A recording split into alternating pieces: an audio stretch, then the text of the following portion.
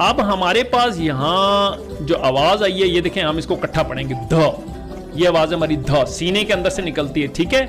ध आगे क्या है? ए धे ल आला ढेला। अच्छा, यहां हम करते हैं, देखो ये मेरी आवाज है ए, तो ये मैं इकट्ठी पढ़ूंगी ध, और ये हमने आपको सिखाई भी है, ठीक है। ये आवाज है ल और ये है आला, ध ए धे ला आला धेला, ठीक है। यहां पे भी आप पढ़ सकें ध, ये आवाज के साथ जोड़ देंगे ध, और आगे ए धे ला आला धेला। क्या होता है जी? हम कहते हैं यार धेला नहीं है तुम्हारे पास, चले हो बड़ी बड़ी गाड़ियां खरीदें, यानी आपके पास पैसा नहीं है, कॉइन नहीं है। कॉइन को हम ना उर्दू में धेला कहते हैं, ठीक है, इंग्लिश में इसको कॉइन कहते हैं, ठीक है जी। आगे चलते हैं जनाब, फिर वही आपकी आवाज है, आपने इकट्ठी पढ़नी है ध, ठीक है, सीने के अंदर से निकलेगी, ठीक है। ध आ दा, आगे क्या है? ग ग आ गा,